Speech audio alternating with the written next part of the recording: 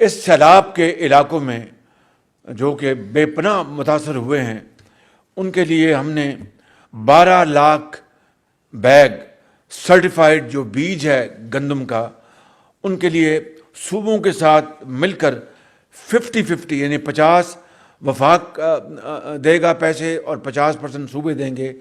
13 ارب 20 کروڑ روپے اس کے لیے مختص کیے گئے ہیں جو کہ سرٹیفائیڈ بیج ان کو کسانوں کو مہیا کیا جائے گا.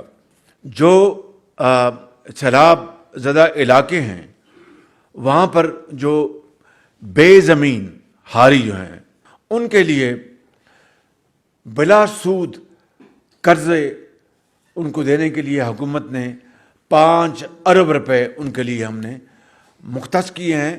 جو انٹرسٹ کاسٹ جو ہے اس کی سبسڈی جو کسان بھائی اپنے وہ قرضے لیتے ہیں اپنے زمینوں کے وہ ٹائٹل گروی رکھ کر اس کا جو لیول ہے اس کو ہم نے بڑھا دیا ہے. پہلے 4000 PIU تھا یعنی پروڈیوسڈ انڈیکس یونٹ PIU, اس کو بڑھا کر اب 10,000 کیا جا رہا ہے.